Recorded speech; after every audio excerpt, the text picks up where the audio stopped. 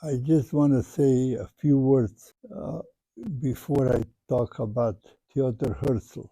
The Jewish people or the Jewish story is probably the only story that has not changed since it was created by Abraham, Isaac, and Jacob, and by God. They built a nation in spite of all of the problems that or not all the nations, but some nations or some countries wanted to do away with the Jews. They didn't want them around, yet they were unsuccessful. The Jews are still here. They have a country, the Eretz Israel, which they've had now for more than 2,000 years, and that by itself is a wonder. Why did all these other countries, including the Roman Empire, which was a very strong empire, and many others have gone? They're not around. So I just wanted to make that point. Now let's talk about Theodor Herzl. There were a family by the name of Herzl lived in Hungary, sometimes in 1800. I just don't remember the date.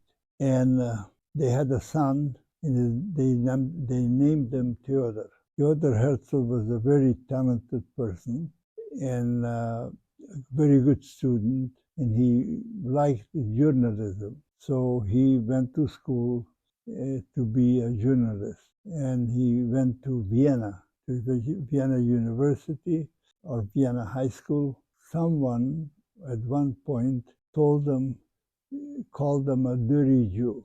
He couldn't figure out why that person called him a dirty Jew.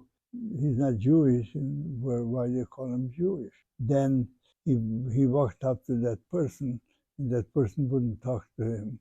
He said to him, "I don't want to talk to Jews." So Theodor went home, and he told the story to his parents, that one guy in the school told him that he was a dirty Jew.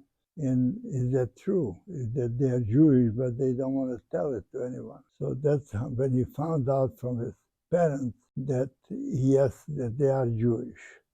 So Theodor Herzl made it his business to help the Jewish people to become a nation with a country, with land, like any other nation in the world, and he negotiated a place in Africa so that the Jews can go there and form a nation in a country and not be having pogroms and other bad situations that their neighbors would impose on them. So, but the Jews didn't want that. They said, no, we don't want to go to Africa. If we go to our land, to the land of Israel, Eretz Israel. That what God gave to Abraham, Isaac, and Jacob, and to us. And that's our land, it's ours. So let's work on that. So then Theodor Herzl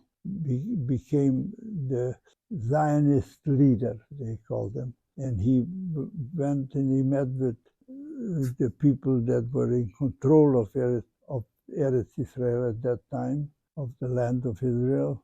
And it was, I think, Turkey at the time.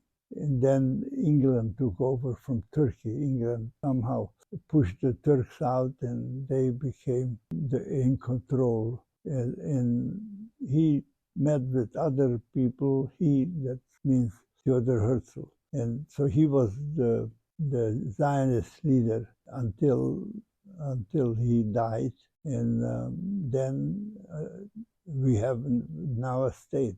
A lot of it because of Theodor Herzl, that he really worked very hard to achieve it, and he was very successful in it because there is a state there.